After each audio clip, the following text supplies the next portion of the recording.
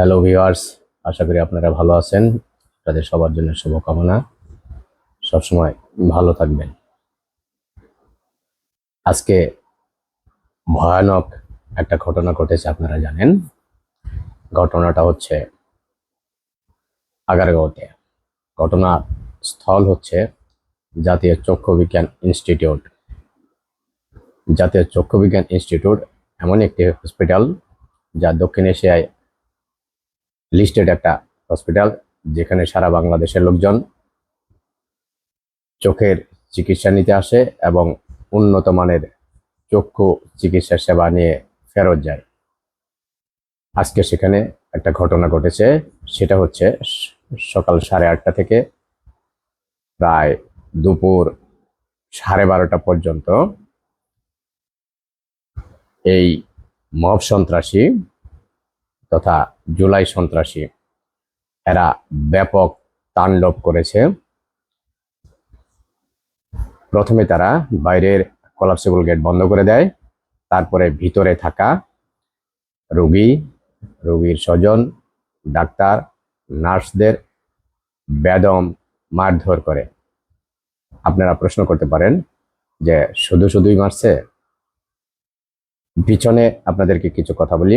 বর্তমানে রাজধানীর বিখ্যাত সব হসপিটালগুলি এইসব জুলাই সন্ত্রাসীদের দখলে। এরা সুস্থ বা অসুস্থ কোনো বিষয় না।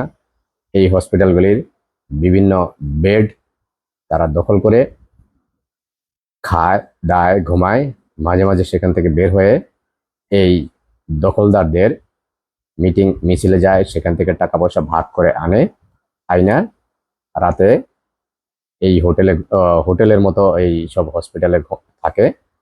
কিছুদিন আগে আপনাদের একটা ভিডিও ভাইরাল হয়েছে, আপনারা দেখেন। সেই ভিডিওটা একটি হসপিটালের সিঁড়ির মধ্যে ভিডিওটা করা হয়েছিল। সেই ভিডিওতে দেখা গেছে যে এই জুলাই সন্ত্রাসীরা সেই সিঁড়িতে বসে বসে মাদক সেবন করছে। সেই ভিডিও ভাইরাল হওয়ার পর সেই হসপিটালের কর্মচারীদের তারা ব্যাপক মারধর করেছিল। এই জাতীয় চক্ষু বিজ্ঞান ইনস্টিটিউটে শুধুমাত্র এই একটা ঘটনা ঘটে নাই, এখানে যে ঘটনা ঘটছে তা ভয়ানকের চাইতেও ভয়ানক।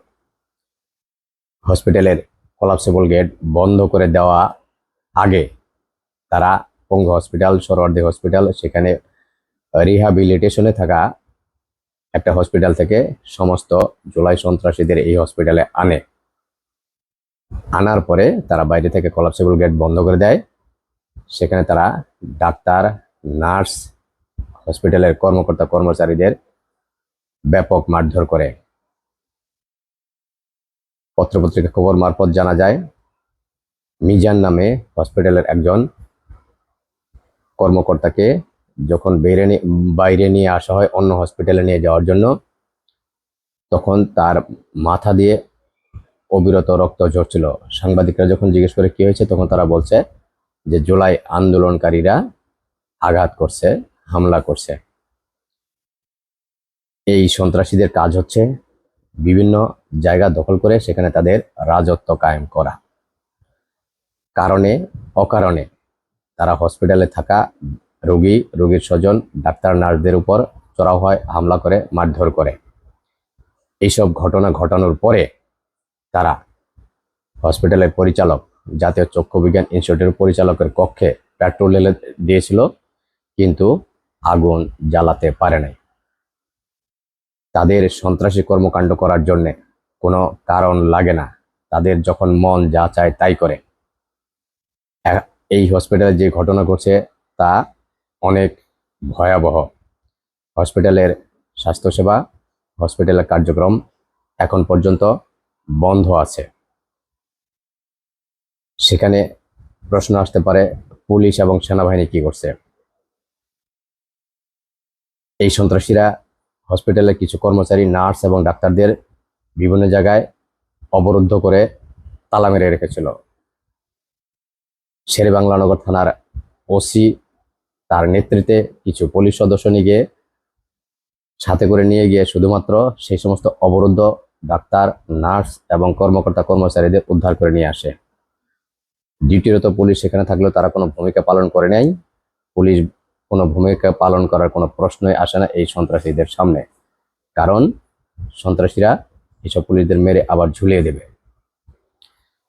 সেখানে সেনাবাহিনী গেলেও কোনো ভূমিকা পালন করে নাই।